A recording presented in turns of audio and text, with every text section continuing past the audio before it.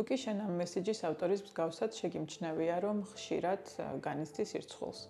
თუნდაც მსგავს სიტუაციაზე, როდესაც არც ცხენია ფულის თხოვნა, ცხენია თუნდაც დამსახურებული, ანუ ხელფასის აღება, ცხენია ზოგადად ამ თემაზე საუბარი. ეს აქ დავამატებდი იმას, რომ თუ კი შენ ფინანსურ ენერგიასთან გაქვს სირცხვილის განცდა, ეს ავტომატურად გულისხმობს იმასაც, რომ შენს ქალურობაზე, შენს გამოვლენაზე თუ კი გოგო ხარ, როგორც ქალზე, სექსუალურ ენერგიაზე, ასევე გექნება სირცხვილის განცდა და ეს ორი ურთიერთ კავშირში, ძალიან მჭიდრო კავშირში მყოფი ბლოკია. ამ შემთხვევაში შეგიძლია რომ იმუშაო სირცხვილის ალგორითმით, რომელიც სპეციალურად ამ საკითხისთვის შევქმენი დასამუშავებლად და ის ხელმისაწვდომია ჩემს ვებგვერდზე.